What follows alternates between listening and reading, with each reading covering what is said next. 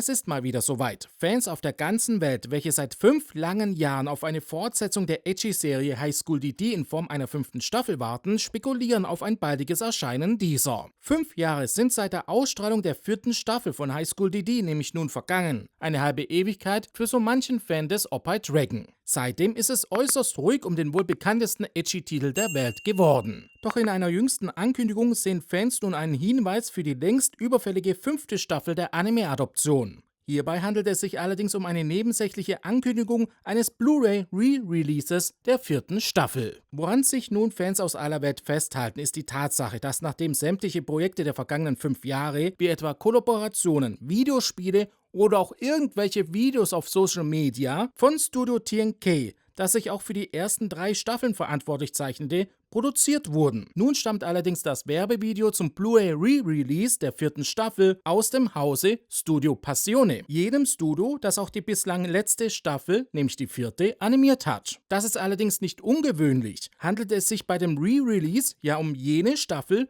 die eben Studio Passione animiert hat. Wieso sollte nun ein anderes Studio dieses Werbevideo gestalten? Für viele Fans gilt dieser offensichtliche Punkt aber nicht. Es kann nicht sein, dass dies alles ist. Immerhin kämen solche Re-Releases auch häufig nur dann zustande, wenn ein Franchise neu aufleben oder relevant bleiben soll, um etwa die Weichen für eine Fortsetzung zu stellen. So das Argument der Fans. Dass hier aber wahrscheinlich nur eine Menge Geld ohne wirkliche Kosten eingespielt werden sollen, ist meiner Meinung nach wahrscheinlicher. Man darf nicht vergessen, dass Kadokawa, also die Rechteinhaber von High School DD, Anteile verschiedenster Firmen, wie zum Beispiel der größten englischsprachigen Anime-News-Webseite, nämlich Anime News Network, sich einverleibt hat. Sprich, die haben viel Geld ausgegeben und nun kommt der Punkt, dieses Geld muss auch wieder zurück in die Kassen des Unternehmens. Da ist es natürlich einfach, ein beliebtes Werk wie High School DD, das sich über 14.540 Mal als Blu-ray und als Light Novel seit 2012 über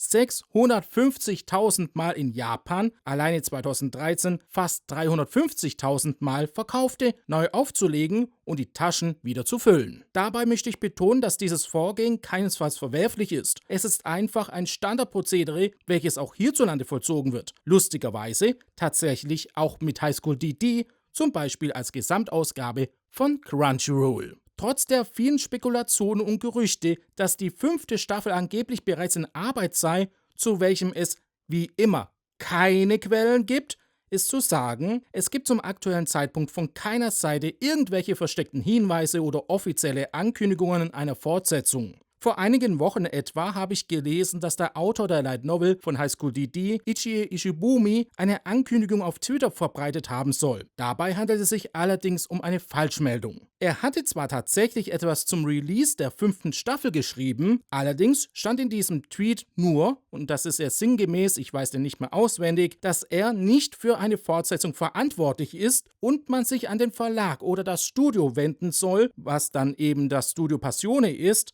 die eben für sowas zuständig sind. Der ganze Tweet liest sich auch recht genervt. Wahrscheinlich bekommt der nette Mensch seit 5 Jahren ununterbrochen E-Mails, was nun mit einer 5. Staffel ist. Ob und wann Issei, Rias, Xenovia, Koneko und Co. wieder auf die Bildschirme zurückkehren werden, bleibt somit offen. Ich hoffe, dieses Video hat euch gefallen. Wenn ja, könnte unsere Anime-Lore-Reihe zu High School DD euch ebenfalls gefallen. Klickt hierzu einfach auf das obere Video. Das untere Video bringt euch zu einem Video, das laut YouTube euch gefallen könnte. Lasst auch ein Like da, abonniert unseren Kanal und teilt das Video kräftig. Wir sehen uns bzw. hören uns das nächste Mal wieder. Bis dahin, macht's nicht gut, macht's besser. Ciao.